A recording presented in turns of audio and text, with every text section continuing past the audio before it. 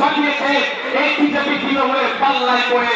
শুধু তাই নয়, স্বাধীনতা সংগ্রামী মুক্তিযোদ্ধা বীর ভারতবর্ষের অন্যতম শ্রেষ্ঠ আইকনিক ব্যক্তি, তার নাম নেতাজি সুভাষচন্দ্র বোস।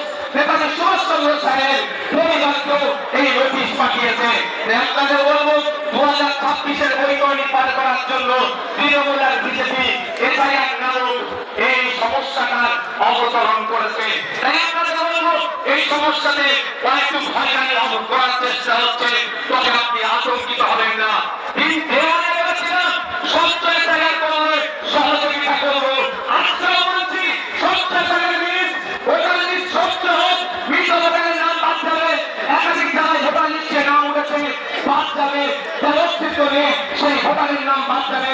প্রয়োজনে আমরা সহযোগিতা করবো, কিন্তু সত্যতা নয়। নির্বাচন কমিশন যে অনেক হয়রানি করছে এই জবাব দেওয়ার জন্য প্রস্তুত করেছিলাম আমরা নির্বাচন কমিশনে। শুধু তাই নয়, আপনাদের এই নৌকা সিদ্ধান্তে প্রান্তিক নেতা সুপ্রিম কোর্টে গিয়ে আপনাদের জন্য মামলা করেছে। আপনাদের বলে রাখি, দুটো কাজ এই মুহূর্তে মমতা ব্যানার্জি যদি করে, দুটো কাজ যদি এই মুহূর্তে মমতা ব্যানার্জি করে, হয়রানিও বন্ধ হবে, আতঙ্কিত বন্ধ হবে। আতঙ্কিত হবেন না। দুটো কাজ কি কি বলে দিচ্ছি শর্ট টাইম, আমি বেশিক্ষণ বলবো না, বলেছি আপনাদের। প্রথম কাজ হচ্ছে ওয়াল পার্টি মিটিং ডাকা। মমতা ব্যানার্জি ওয়াল পার্টি মিটিং ডাকুন, সমস্ত রাজনৈতিক দলের নেতাদেরকে ডাকুন। যে পরিস্থিতি বাংলার স্বাধীনতা সংগ্রামী পরিবার থেকে শুরু করে, বীর পরিবার থেকে শুরু করে, বিভিন্ন ধর্মীয় পরিবার থেকে শুরু করে, বিভিন্ন ধরনের সামাজিক প্রভাব প্রতিপত্তি আছে, সবে সাধারণ মানুষদেরকে অনেকটু হয়রানি হচ্ছে। এই হয়রানি বন্ধ আমাদের করতে হবে। অল পার্টি মিটিং ডাকা দরকার। কেমন অল পার্টি মিটিং? আপনাদের সামনে রাখি, বড় বড় পাকিস্তানিরা তখন এসে পেহারাতে আমাদের দেশের নাগরিককে ফোন করলো। সেই সময় অল পার্টি মিটিং ভারত সরকার ডেকেছিল। সেই সময় কংগ্রেসের পক্ষ থেকে বলেছিল পাকিস্তানের বিরুদ্ধে অল আউট যাও, আমাদের কোনো অবজেকশন নাই। আজকে মমতা ব্যানার্জি যদি অল পার্টি মিটিং ডাকে, মমতা ব্যানার্জির কাছে কেউ আসুক আর নাই আসুক, ইন্ডিয়ান সেকুলার ফ্রন্ট যাবে বাংলার নাগরিকদের সাথে, সেখানে গিয়ে বলবে সত্যতার সাথে যে কাজ পশ্চিমবাংলা সরকার করতে চাই আমরা প্রস্তুত আছি বাংলার মানুষের জন্য।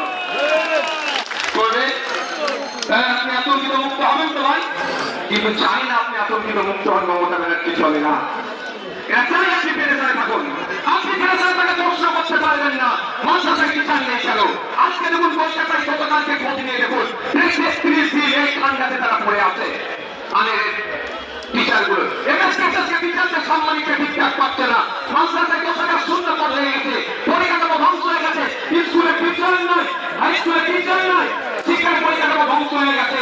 আপনি এটা প্রশ্ন করবেন না স্যারের কাগজে ছুটাছুটি করবেন। এই ছুটাছুটি করার জন্য আপনাকে এই পদক্ষেপগুলো গ্রহণ করছে না। দ্বিতীয় হচ্ছে বিধানসভায় নিন্দা প্রস্তাব পাস করানো হোক। বিধানসভায় নিন্দা প্রস্তাব পাস করানো হোক। যেভাবে অনেকটু হয়রানি করা হচ্ছে, এটা অত্যন্ত নিন্দাজনক কাজ।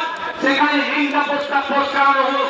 সেই নিন্দা প্রস্তাবের কপিটা ইলেকশন কমিশন অফ ইন্ডিয়াকে দিই, আর যে সরকার একটা মামলা করুক, সেই মামলাতে কপিটা অ্যাটাচ করে দিই। নিশ্চিতভাবে সুপ্রিম কোর্ট এটার প্রতি বিবেচনা করবে। কারণ বিধানসভার মধ্যে নিন্দা প্রস্তাব পাস করানো মানে পুরো পশ্চিম বাংলার মানুষ এটাকে নিন্দা করছে।